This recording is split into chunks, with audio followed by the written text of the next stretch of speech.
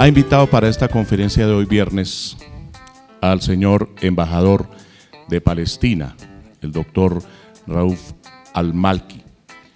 Él nació en Belén, en Palestina, es arquitecto de la Universidad Piloto de Colombia, estudió diplomacia y relaciones internacionales en Estonia en el año 2010 y ha desempeñado una serie de cargos muy importantes en la diplomacia.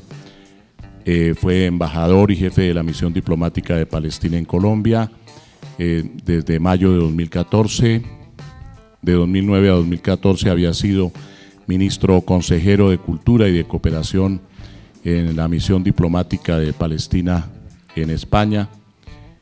Octubre 2010 a enero de 2011 fue encargado de negocios de la Embajada del Estado de Palestina en Caracas, Venezuela. También había sido entre mayo de 1998 y marzo de 2009 consultor de la Oficina Técnica de la Agencia Española de Cooperación Internacional para el Desarrollo en Jerusalén. El doctor Restrepo más adelante se va a referir a algunos aspectos relevantes del tema que nos ocupará hoy. ¿Sobre qué vamos a tratar? Esta conferencia se transmite igualmente por la emisora virtual La Voz del Derecho y por el programa de televisión del canal universitario Zoom, denominado, como ustedes lo saben, Elementos de Juicio. Por lo tanto, la presencia del embajador, que nos honra profundamente, se constituye también en una ocasión propicia para que ustedes tengan una visión de un conjunto de hechos que han llevado a gran discusión y controversia en el mundo por muchos años. La situación de Palestina, a la que se referirá el señor embajador y también el asesor político de la embajada, la situación de Palestina es algo que genera preocupación en todas partes del planeta, porque es una situación que desde el punto de vista humanitario y también desde el punto de vista del derecho internacional merece atención. Habíamos pensado en que el señor embajador nos acompañara el 29 de noviembre, Día Internacional de Solidaridad con el Pueblo Palestino, que es la fecha instituida por las Naciones Unidas desde 1977, pero estábamos ya terminando nuestras actividades académicas.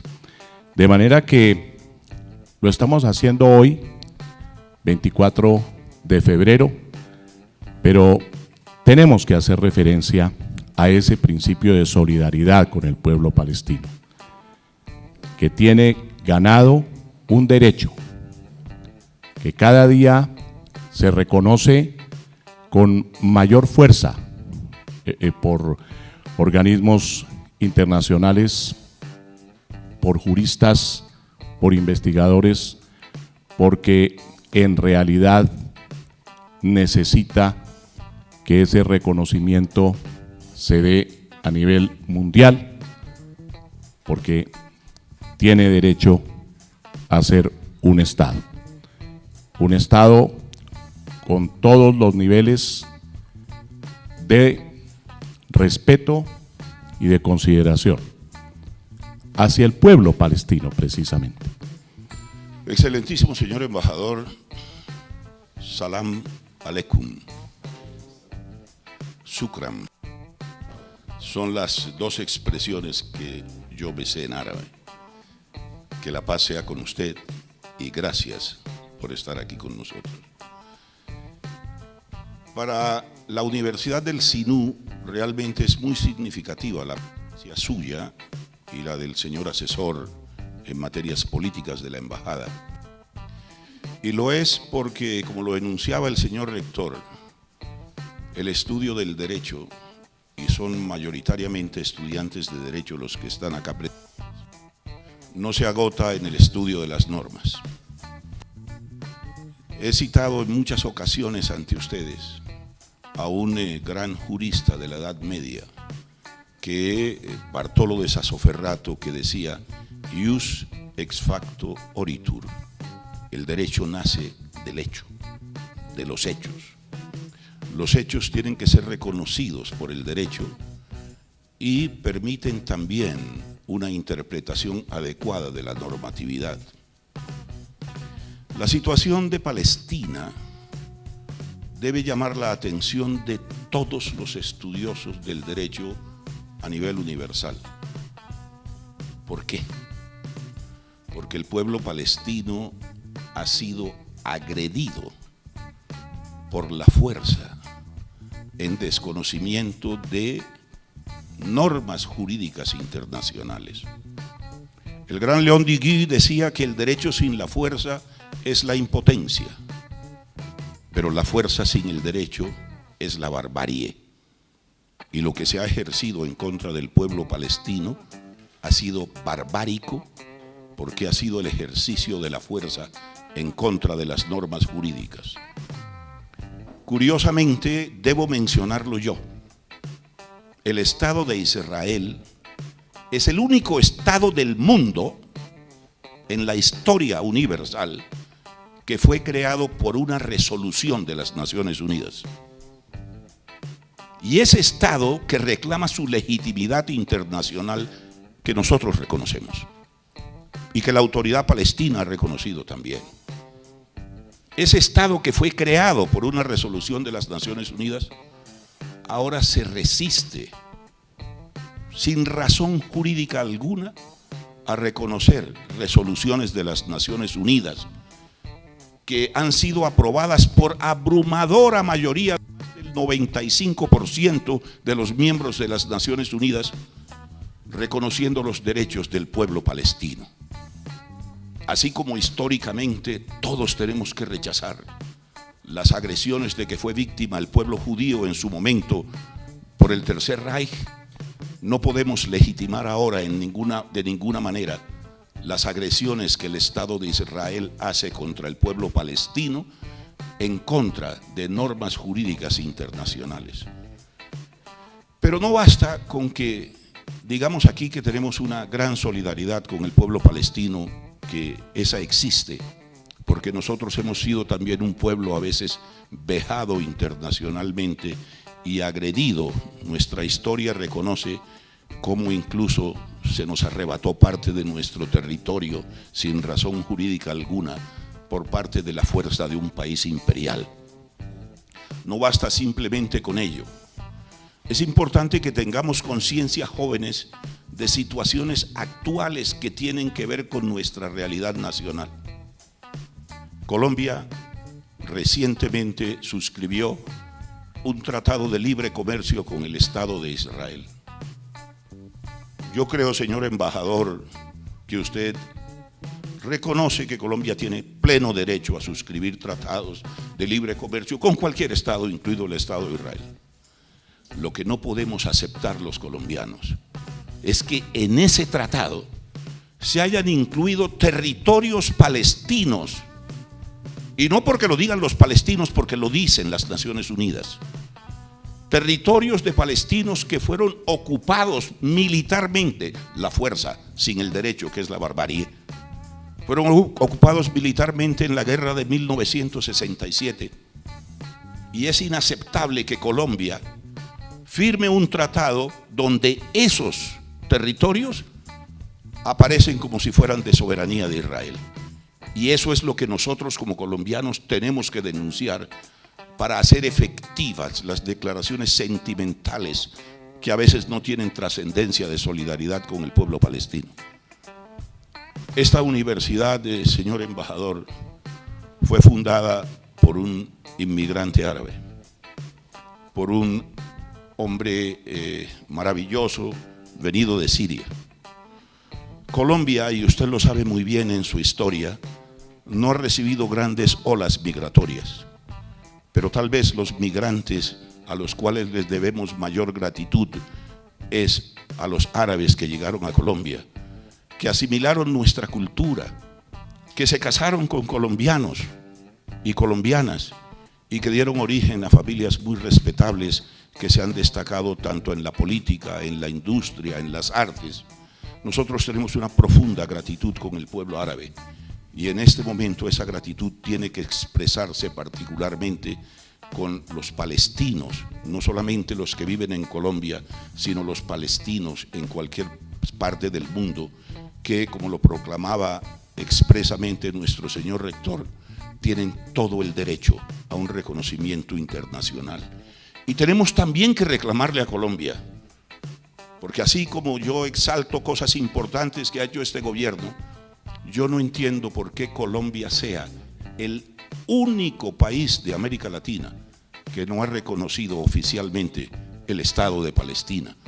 Nosotros, que somos parte de esta nación, ustedes que no son el futuro sino el presente de esta nación, jóvenes, tenemos que crear algunos grupos que hagan sentir nuestra opinión sobre la necesidad de que Colombia reconozca la autonomía del Estado palestino, que establezcamos unas relaciones formalmente adecuadas ante el derecho. Y por ello, señor embajador, nos congratula muchísimo su presencia aquí y que a través suyo llegue un mensaje a todos los palestinos residentes en nuestro país de la inmensa solidaridad que esta academia y que el pueblo colombiano en general tiene con en contra de las injusticias que se están cometiendo contra un pueblo históricamente significativo y con una presencia humana que merece todo el reconocimiento nuestro. Muchísimas gracias.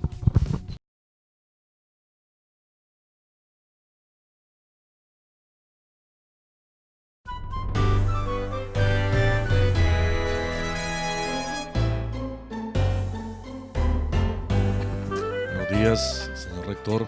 Buenos días, ilustres compañeros de mesa. Me corresponde tomarme la vocería inicialmente para hacer una introducción a las palabras del señor embajador, que a continuación mío va a hablar y va a hacer una presentación bien interesante de la política y las características y las consecuencias de la ocupación israelí sobre Palestina.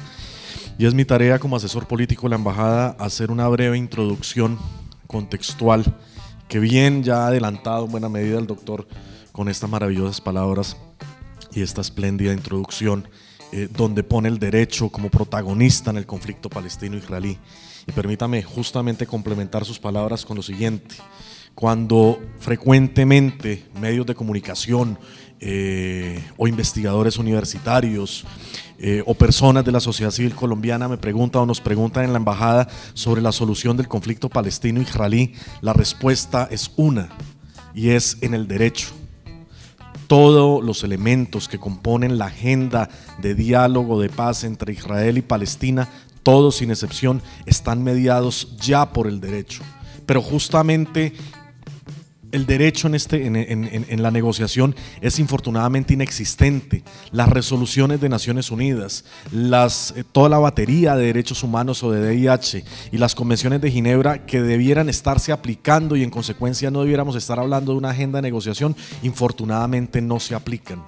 Si se aplicara el derecho internacional no habría conflicto palestino-israelí.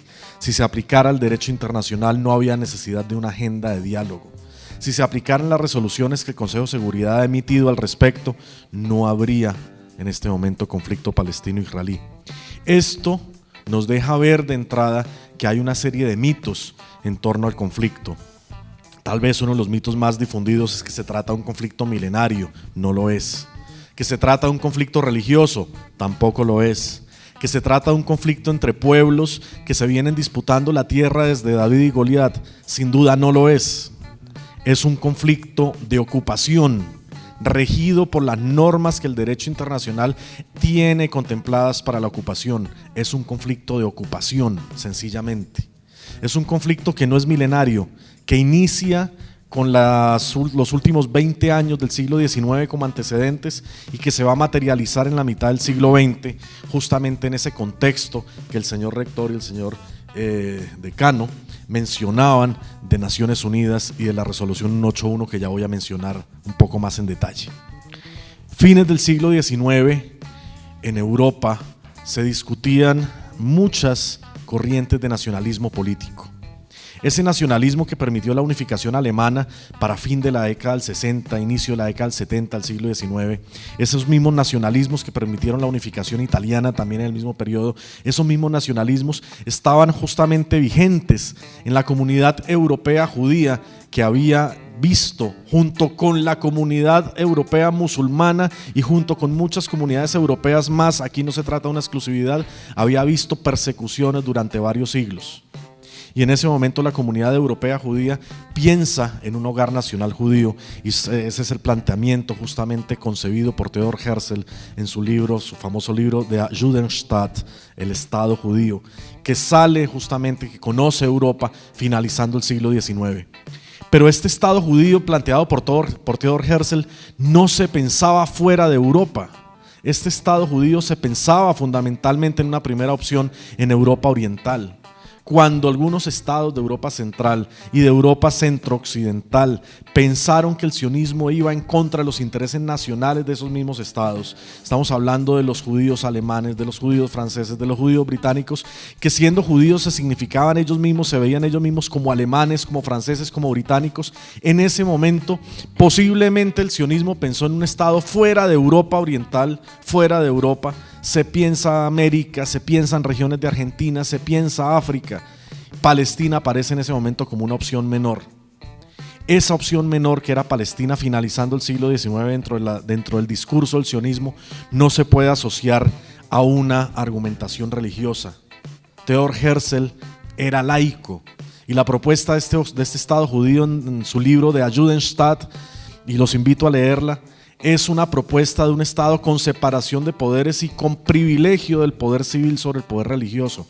No estamos hablando entonces de una propuesta basada en un argumento religioso de pueblo de Dios o de tierra prometida, que valga la pena decirlo, ha sido una de las grandes manipulaciones del sionismo cuando después de la tercera guerra árabe-israelí empieza a imprimirle un discurso religioso al conflicto. No se trata de un regreso a la tierra prometida, no se trata de un derecho divino. En ese momento se hablaba de un Estado laico, De hecho, Marx, también en el siglo XIX, proponía ya en su texto La cuestión judía un nacionalismo judío europeo, pero emancipado de dos formas: emancipado económicamente y emancipado religiosamente. Entonces no se puede hablar de un hogar nacional judío inicialmente con un contenido religioso. Para nada. Por esta razón, Palestina era una de las últimas opciones, o era la última opción. Adicionalmente, la migración religiosa palestina era abierta.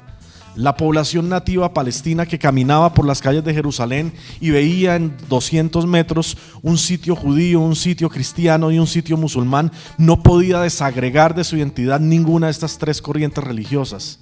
La fiesta de Abraham en Hebrón o la fiesta de Moisés era una fiesta celebrada por toda la población nativa palestina, que en su mayoría era musulmana y cristiana. Y esto las personas tal vez no lo tienen claro, que en Palestina hay una población cristiana fundamental, junto también con creyentes judíos que iban a compartir estas fiestas. La posibilidad de migración religiosa o peregrinación religiosa a Palestina no era ninguna dificultad. Incluso recordando justamente o escuchando las palabras del doctor me hizo recordar que Europa conoce los adelantos filosóficos de derecho justamente a través o ofrecidos desde el Medio Oriente. Esos primeros códigos que vienen desde lo que hoy es el Golfo Pérsico llegan a Europa a través de esa influencia árabe. Es más, la misma filosofía griega es conocida por Europa Occidental a través del trabajo de Maimónides y Averroes, el uno judío y el otro musulmán, que se compartían mutuamente y se retroalimentaban mutuamente, y a través de ellos Europa Centro-Occidental pudo tener acceso a esa filosofía clásica griega. Entonces no hablamos de un choque entre musulmanes y judíos, y mucho menos entre cristianos, musulmanes y judíos. Palestina era un sitio de peregrinación abierta. Por esta razón, la idea de hogar nacional judío no podía ser en Palestina. Es con el fin del siglo XIX y el tránsito del siglo XX, cuando el liderazgo del sionismo ya no está en manos de Theodor Herzl, sino está en manos de la casa Rothschild y la casa Weizmann, que son casas sionistas europeas, pero que sin embargo, además de esto, eran casas por un lado británicas, por otro lado francesas, por otro lado alemanas, y que eran las que se encargaban de financiar en buena medida las aventuras coloniales británicas. Es cuando estas casas asumen el liderazgo del sionismo que Palestina deja de ser una opción menor para ser una opción principal. La casa Rothschild, que en buena medida asume el liderazgo del sionismo, es la misma casa que financiaba para los británicos la construcción del Canal del Suez, por ejemplo. Y es la misma casa que para los británicos financiaba sus operaciones en Persia. Y es la misma casa que para los británicos financiaba sus operaciones en Egipto y en el Canal del Nilo, en toda la cuenca del Nilo. Si ustedes hacen el ejercicio mental finalizando el siglo XIX, empezando el siglo XX, entre el Egipto británico y la Persia británica hay un obstáculo para los británicos, que es el Imperio Turco Otomano. Si los británicos querían conectar por tierra Persia con Egipto, tenían que destruir el Imperio Otomano y tenían que repartirse esos despojos de tal manera que pudieran construir un puente natural. Si los británicos querían llevar recursos desde el Reino Unido hasta Persia por una ruta más corta que no fuera bordeando el África, necesitaban de la costa oriental del Mediterráneo. En consecuencia necesitaban a Palestina. Por esta razón el sionismo en esta segunda etapa, el sionismo de Rothschild, deja de ubicar a Palestina como una opción menor y la empieza a ubicar como una opción principal, alineando, sintonizando los intereses de este sionismo por crear un hogar nacional judío con los intereses coloniales británicos.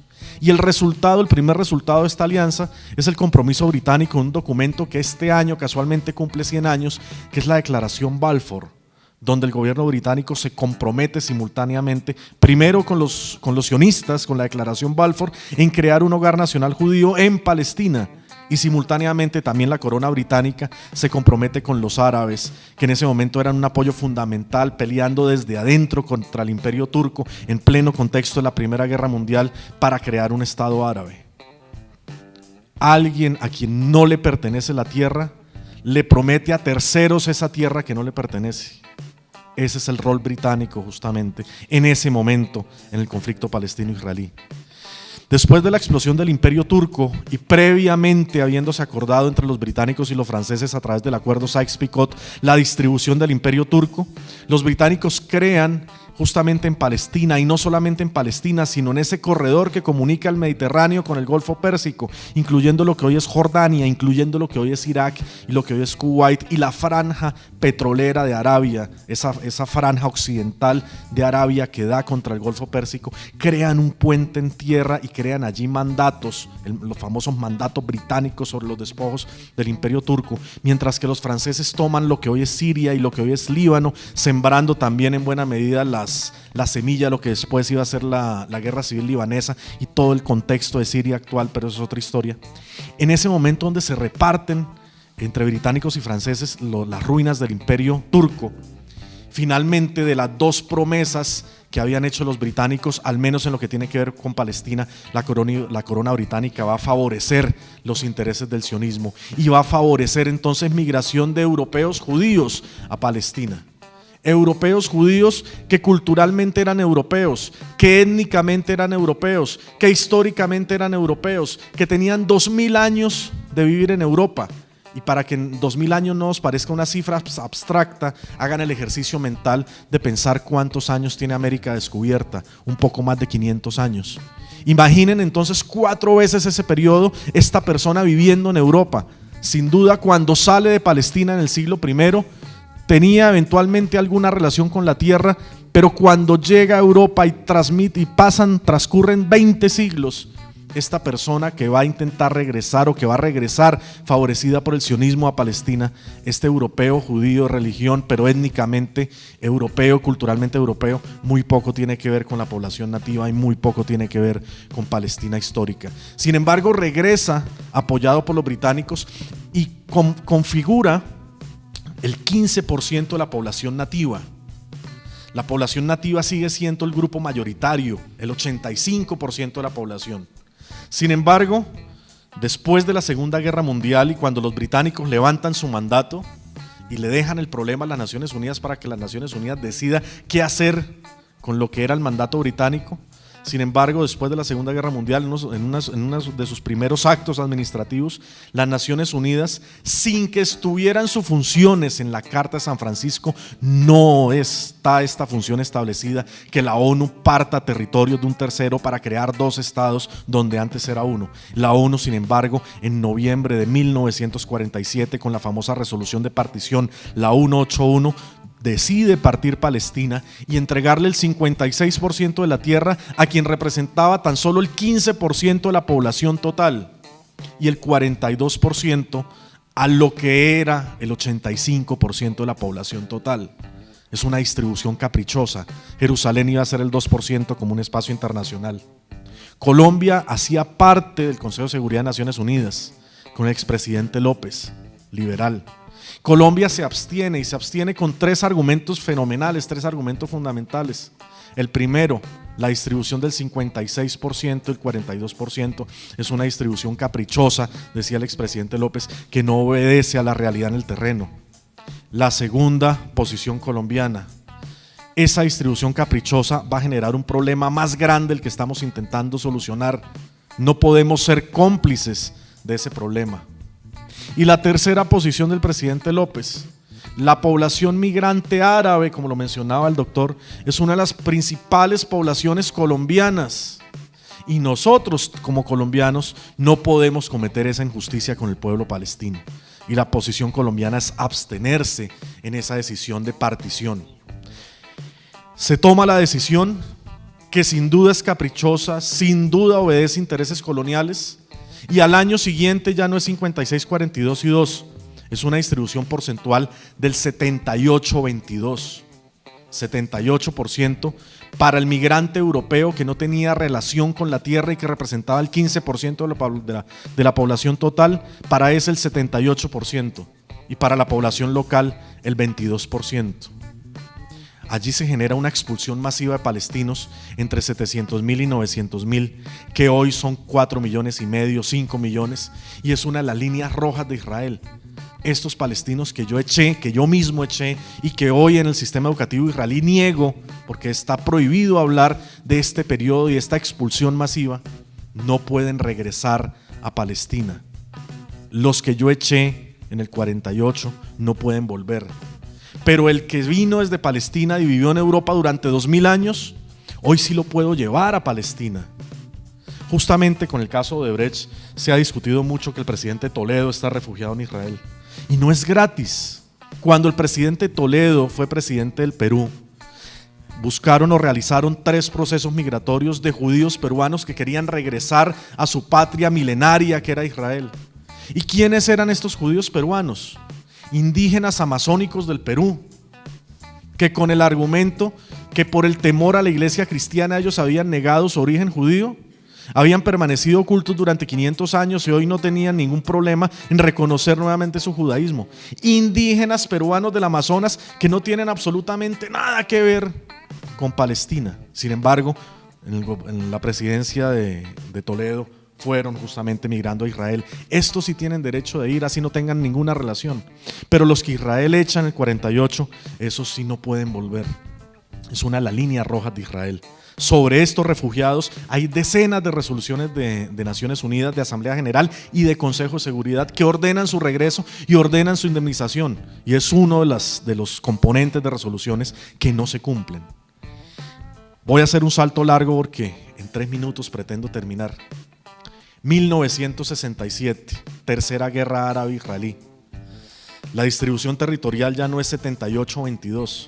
La distribución territorial es 100% cero, porque Israel, en un ataque que ellos denominaron preventivo, asaltan lo que hoy es Cisjordania y asaltan lo que hoy es Gaza, y no solamente esto, sino asaltan Egipto y asaltan Siria y asaltan el Líbano y ocupan la totalidad del territorio que antes era Palestina histórica. Ocupan Cisjordania, ocupan Gaza y ocupan Jerusalén Este. Allí intentan anexar estos territorios, pero las Naciones Unidas, en el Consejo de Seguridad, en una resolución que es fundamental para entender el conflicto, la resolución 242 habla claramente, sin ambigüedades: Israel debe retirarse de los territorios ocupados en la reciente guerra. Por lo tanto, el Consejo de Seguridad define el conflicto palestino-israelí como un conflicto de ocupación, y al definirlo de esta forma, le carga a Israel todas las responsabilidades de potencia ocupante que el derecho internacional tiene contempladas para estos fines, y le carga a Israel la Cuarta Convención de Ginebra. Israel no puede anexar estos territorios. Sin embargo, Israel, cuando presenta su visión del conflicto, intenta confundir a la opinión pública, intenta manipular a la opinión pública y lo intenta presentar como un conflicto interno, como territorios en disputa. No se trata de un conflicto interno ni de territorios en disputa. Y no se trata, y hay diferencias desde el derecho que son fundamentales. En un conflicto interno no es ilegal que el Estado que está viendo el conflicto interno lleve sus instituciones y lleve su población a los territorios que no está habitando. Es totalmente legítimo y totalmente legal en un conflicto interno. Pero en un conflicto de ocupación es ilegal y es un crimen de guerra que yo coja población propia y la transfiera y la siembre en los territorios que estoy ocupando. Y eso es lo que hace Israel con su política criminal de asentamientos y su política de colonos, que también están reglamentados por decenas de resoluciones de Naciones Unidas, de Asamblea General y de Consejo de Seguridad, y la más reciente es la 2334 de diciembre del año pasado, donde el Consejo de Seguridad le recuerda a Israel que es una potencia ocupante y que sus colonias, además de un obstáculo para la paz, sus colonias constituyen un crimen de guerra que en este momento está investigando la Corte Penal Internacional. 1967, Tercera Guerra Árabe-Israelí. Israel se convierte entonces en potencia ocupante y empieza a construirse la agenda política actual de negociación. Colonias que Israel siembra, colonos que Israel lleva, Jerusalén Este que Israel captura y que le presenta al mundo como si fuera una ciudad israelí. Jerusalén Oeste fue anexada desde la primera guerra árabe-israelí, pero Jerusalén Este, esa Jerusalén donde están los lugares santos, esa Jerusalén vieja, no le pertenece a Israel por derecho internacional. Y sin embargo Israel la muestra como si fuera parte de una ciudad única, indivisible. Ese es el actuar criminal de Israel y ese es el irrespeto de Israel por el derecho internacional y por las normas internacionales. Incluso el tema Jerusalén sirve justamente para alimentar herramientas que aparentemente no son poderosas, pero que en el fondo tienen un poder fundamental, y es el tema de medios de comunicación y es el tema incluso del turismo religioso. Cuando a cualquiera de nosotros nos ofrecen un viaje a Tierra Santa, nos muestran un solo estado. Uno llega a Tel Aviv, lo montan en un bus de turismo, lo llevan a Jerusalén, a Hebrón, a Jericó, a Belén, a Nazaret, lo dejan nuevamente en Tel Aviv y de regreso a Bogotá. Y cuando esta persona llega a Bogotá, llega contando que estuvo en Tierra Santa, que estuvo en un solo estado que se llama Israel. Y nunca va a entender ni nunca le van a explicar que estuvo en dos estados, en Israel y en Palestina, que Israel está ocupando. Voy a cerrar justamente haciendo énfasis entonces que a partir del 67 toda la agenda de negociación está mediada por el derecho internacional. Hoy Israel viola 89 resoluciones de Consejo de Seguridad que son de obligatorio cumplimiento. Viola más de 230 resoluciones de Asamblea General, que aunque no son de obligatorio cumplimiento, por el hecho de pertenecer a Naciones Unidas, yo tengo el deber moral de cumplir las resoluciones de Asamblea General.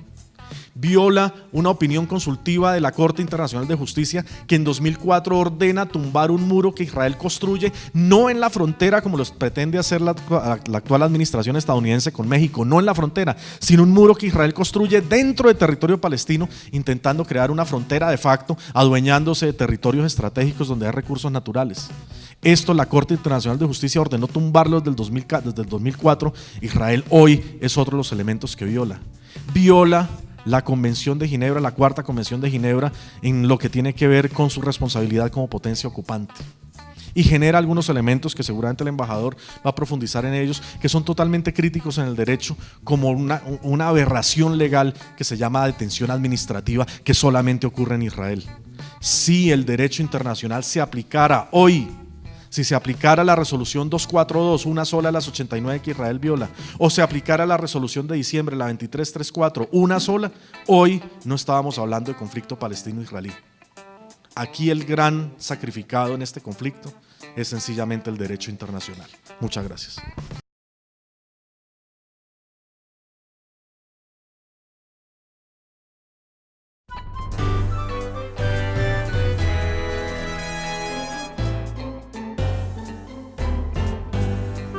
Muchísimas gracias, señor rector decano, por esta invitación. Doctor Jorge Restrepo, rector de investigación, muchísimas gracias a todos ustedes. Muy buenos días, muchas gracias por acompañarnos esta mañana. Assalamu alaikum es la palabra de saludo en árabe, que quiere decir que la paz esté con ustedes. Salam significa paz y es el deseo que cada palestino le desea a su amigo, a su familiar, a todo el mundo todos los días. El deseo de una paz. Es lo que buscamos los palestinos en esta lucha que lleva tantísimos años. La paz. La paz no solo para nuestro pueblo, sino que también para el pueblo de Israel y para toda la región y para todo el mundo. Deseamos esta paz porque llevamos sufriendo de un conflicto, de un problema de ocupación desde hace más de 70 años. Hace 70 años que fue creado el Estado de Israel y que el Estado palestino, que supuestamente tenía que también haber sido creado, hasta hoy en día no ha salido a la luz. 70 años de lucha del pueblo palestino. El pueblo palestino en estos 70 años sufrió la expulsión, la destrucción de toda una nación. Nadie puede imaginar que un pueblo entero, una nación entera, sea sometida a la violencia, a la ocupación, al genocidio, a las matanzas, a la expulsión, a la destrucción de toda una civilización milenaria que ha sobrevivido a tantísimas ocupaciones y invasiones que ha habido en esta zona de Palestina. Como ustedes saben, Palestina es una pequeña región que queda entre los 3 continentes, Asia, África y Europa. Y por eso, y porque también ha sido el lugar de nacimiento de tantas fes, religiones, ha sido el lugar tan deseado de tantas naciones y tantos pueblos del mundo. Pero nosotros los palestinos somos el resultado de todas esas ocupaciones e invasiones que ha habido en Palestina. Nosotros sí somos árabes, hablamos el árabe, deseamos la paz en árabe, es verdad. Pero somos todas esas naciones que han pasado por Palestina. Nosotros también somos los hijos, nietos, bisnietos, tataranietos de Jesucristo, de Moisés, de Abraham, de los persas que también pasaron por Palestina, de los egipcios también que pasaron por Palestina, de los griegos, de los romanos, de los turcos, de todos ellos. Nosotros no somos una raza elegida ni distinguida. Tenemos también gente morena, tenemos negros, tenemos blancos, ojos azules, porque nosotros somos, como digo, el resultado de todos estos que han pasado por Palestina.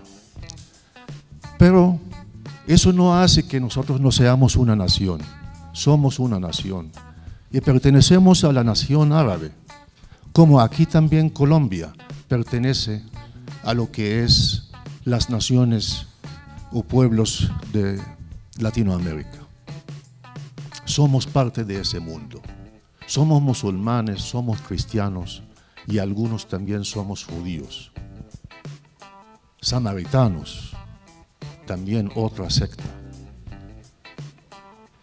Eso explica el por qué este conflicto nunca ha sido un conflicto religioso, aunque traten de parte de Israel y de muchas otras fuerzas demostrar de que el enemigo de Occidente es el Islam o el islamismo o el terrorismo islámico.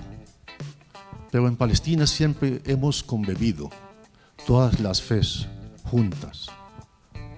como una sola nación. Nadie sabe si uno es cristiano o si uno es musulmán o si es judío. Lo importante es que sea una buena persona, como lo debe ser.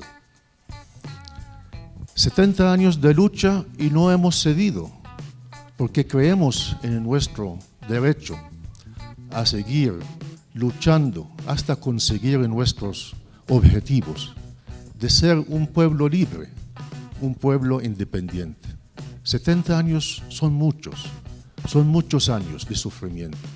70 años que llevan muchísimos palestinos viviendo en los campos de refugiados, en los países árabes vecinos, con el deseo, con el sueño de volver algún día a su tierra, a sus casas, a sus pueblos que han sido destruidos por Israel para borrar cualquier huella de su existencia. Porque Israel, desde que se fundó como un Estado para el pueblo judío, para los judíos.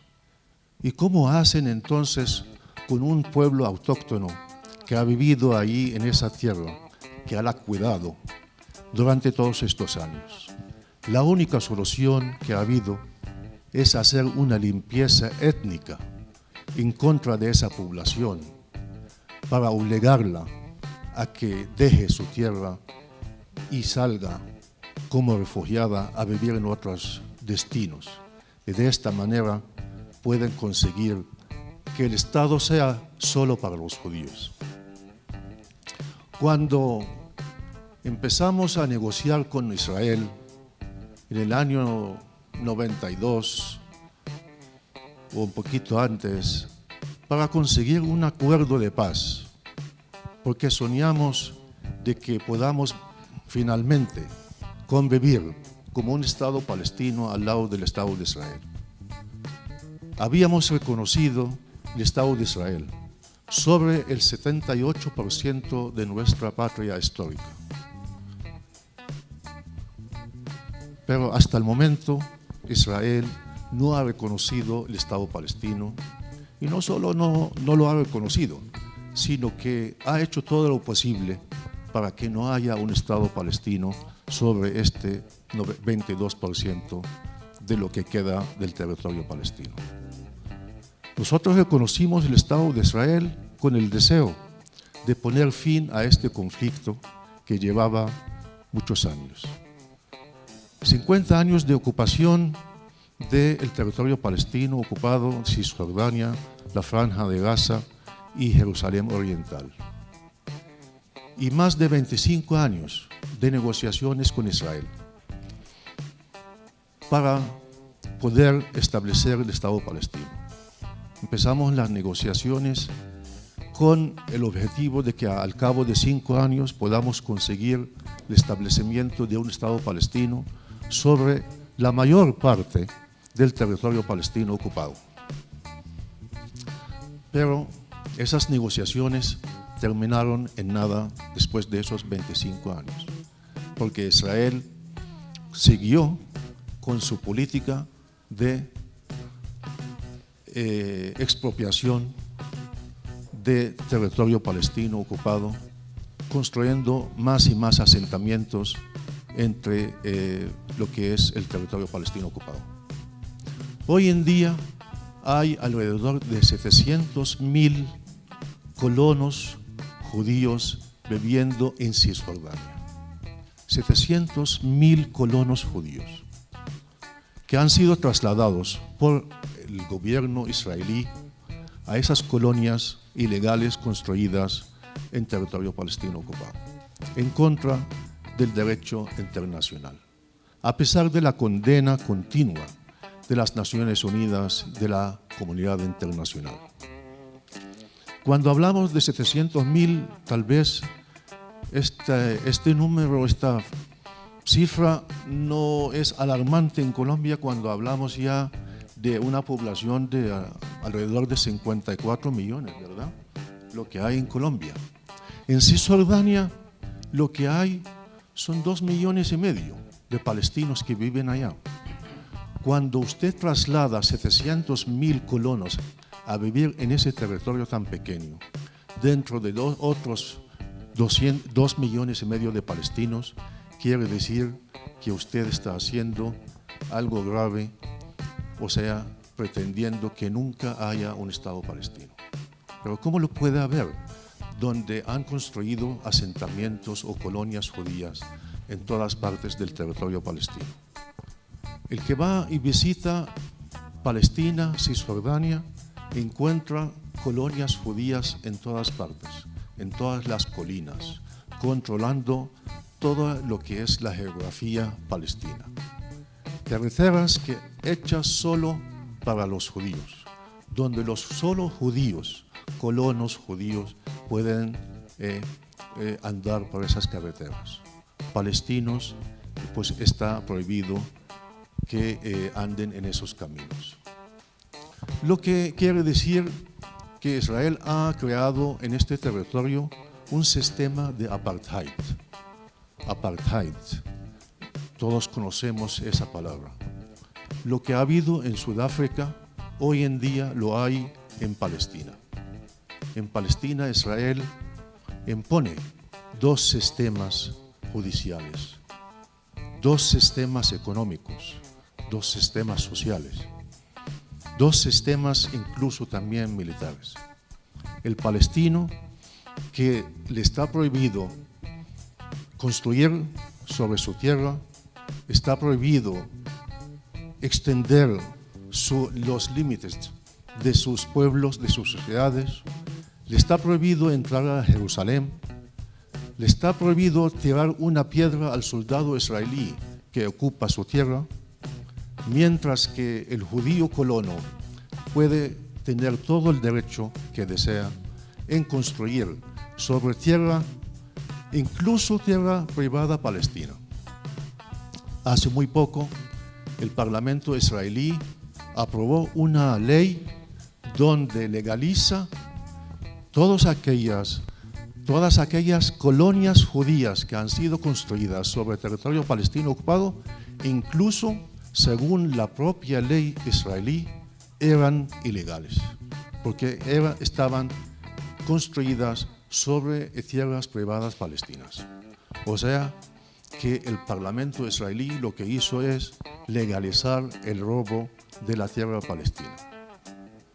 Ha habido una condena hace muy poco en las Naciones Unidas, en el Consejo de Seguridad, donde 14 países del mundo votaron a favor de esa resolución y Estados Unidos, antes de terminar la administración de Obama, se abstuvo por primera vez a votar en contra de la resolución, donde se condenan los asentamientos israelíes en territorio palestino ocupado y donde se vuelve a repetir, reafirmar de que ese territorio es un territorio ocupado militarmente por Israel.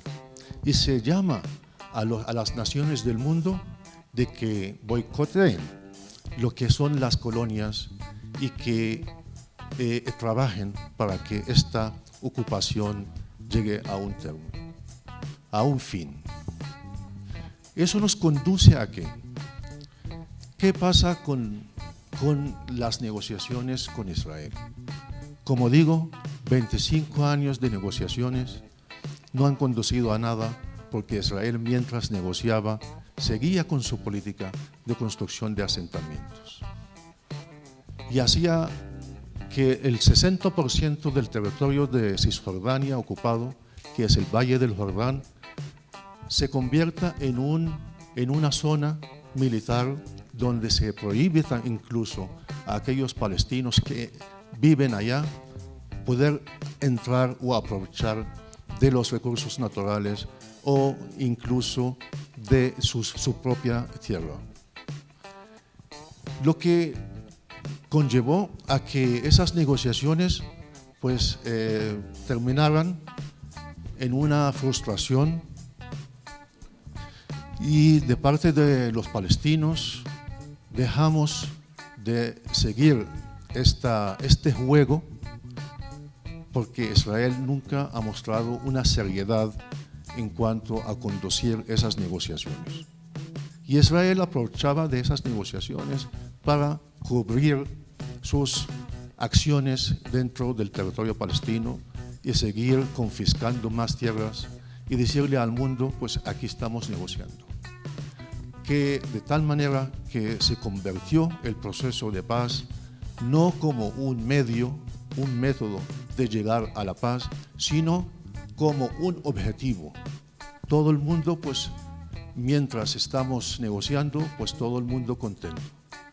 Menos claro nosotros los palestinos, porque durante todo este tiempo hemos visto cómo hemos estado perdiendo más y más tierras y cómo hemos visto Israel creando más hechos consumados sobre el terreno.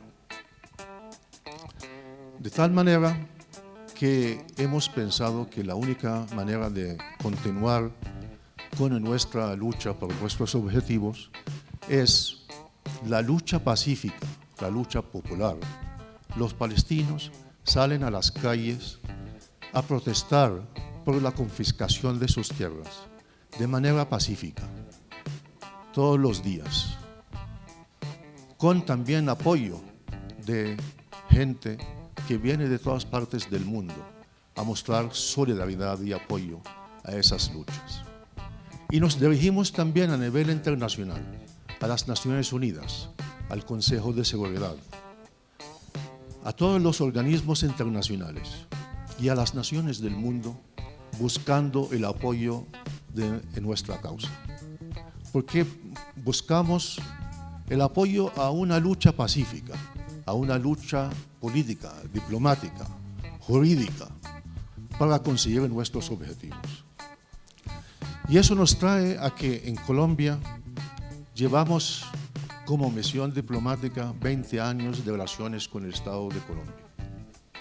20 años que Colombia había establecido relaciones diplomáticas con la OLP, con la Autoridad Nacional Palestina, como misión especial, luego como misión diplomática, pero como aquí lo explicó el doctor Jorge Restrepo, de que Colombia es el único país de Sudamérica que hasta el momento no ha reconocido el Estado palestino. ¿Y por qué pensamos que es importante el reconocimiento al Estado palestino? Porque es la única manera de hacer la paz en Medio Oriente.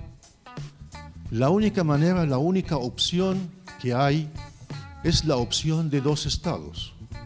Un estado de Israel, que ya ha sido reconocido incluso por los mismos palestinos, y un estado palestino sobre el 22% ocupado por Israel. Y todas las Naciones Unidas, la comunidad internacional, incluso también Colombia, reconoce que es la única opción que hay.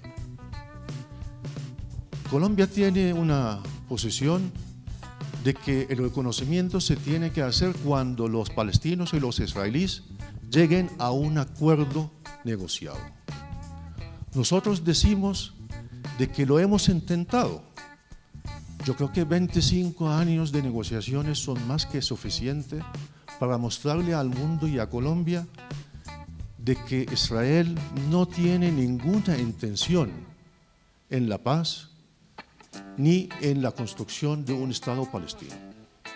El que visita Palestina, como les digo, se da cuenta desde su primer día de que Israel no pretende permitir la creación de un Estado palestino.